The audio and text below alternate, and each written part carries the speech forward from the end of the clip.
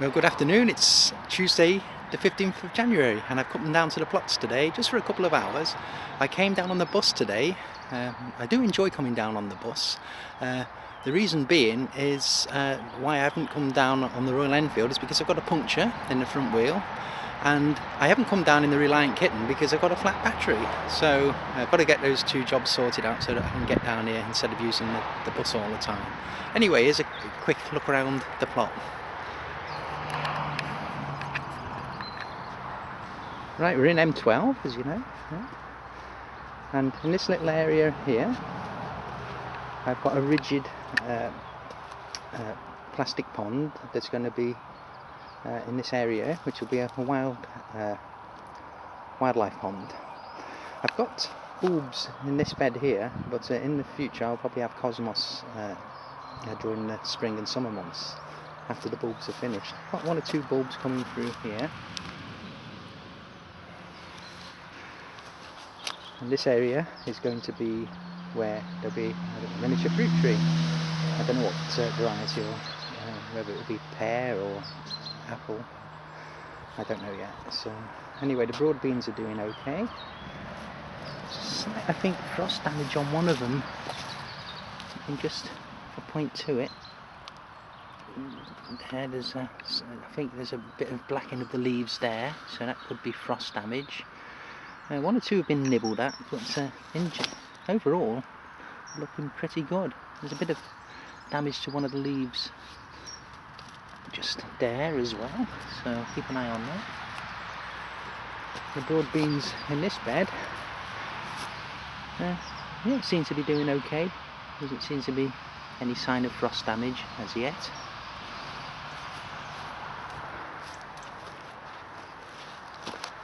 Last week when I came down on this slab here, there was a discarded snail shell, and it looked as if it had been bashed against this slab, and that tells me that a song thrush has been on the plot for its dinner. So looks like we've got song thrushes in the air, which is a good sign. I did see one probably about a month ago flying over, and yeah, so that's a good sign. Field beans are doing okay. It's just starting to rain slightly. Under this slab here is our resident toad, and that's the entrance there. I won't disturb him, but we've got a name for him now. We're going to call him Touchwood, after Cat Weasel's Toad from the children's TV series that we used to watch on a Sunday afternoon. Back in, I think it would have been 1970, 71, maybe as early as 69, but definitely around those periods. I'd be about 11 or 12 at the time. So yes, under that slab is Touchwood, and I don't want to disturb him. Yeah, field beans doing great.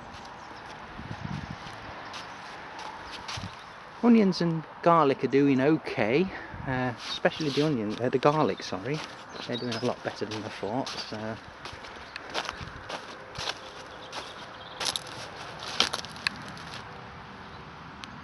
You can see the garlic, different varieties, hard necks and soft necks.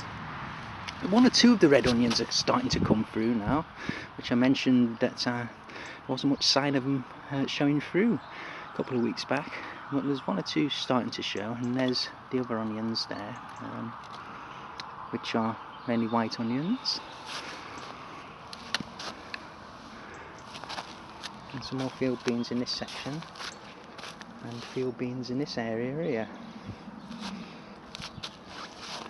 Looking over at M9, I've started a little bit of work in M9. I've just put temporary pegs and string in to mark out roughly where there's going to be 3 beds, which is 1, 2, 3 beds there. Along this fence from the pile of rubbish here will be an herbaceous border, which will take us to this post here, and this side of the post will be a shed which will be overlooking a small garden in this area here, which will have a wildlife pond as well, another rigid small pond. Along that back fence there will be fruit bushes of different varieties, And in S6, just over in that section there, there'll be fruit bushes as well as strawberry beds and a little orchard as well in that section in S6. And in the far corner, I'll take you down and I'll show you better.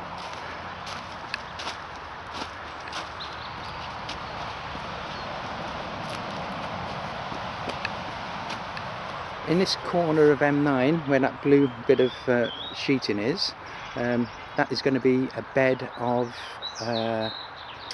Jerusalem artichoke. I'm just going to make sure I keep them contained in that area and make sure I get any of the tubers up that are left lying under the surface, which I'd missed while harvesting. So it keeps it in that particular area. Along the back fence there will be a composting area, compost bins. So yeah, so you'll have roughly about 6 foot times 4 foot beds in this section here, and then a couple more beds in the middle, and then the garden at the bottom, because I'm using this as an allotment and as a garden as well. So it's I'm going to try and keep it as beneficial to the pollinators as I can. Try and get hoverflies, bumblebees. Plenty of bug houses I'll have dotted about as well. I've even just made, well, in the process of making one out the stump from our Christmas tree, our real Christmas tree. So the round stump, I've drilled lots and lots of holes in it, and I'm going to put a little roof on it and a bit of felt on the top of that. I'm going to paint it in chalk paint, the front of it, and I'm going to do some stencil work on it to give it a more decorative look and pleasing to the eye as well. So I'm looking forward to that. So yeah, so it's more or less going to be sort of probably 60% veg and fruit and 40% flowers and for beneficial insects, and a couple of little ponds in this area. As you can see, over the floodplains, we haven't had any flooding here for about 3 or 4 weeks, and the river is very low as well. So we've been lucky this year. So that's my little update of M12, M9 and S6. Okay then, have a great day, and I'll say bye for now.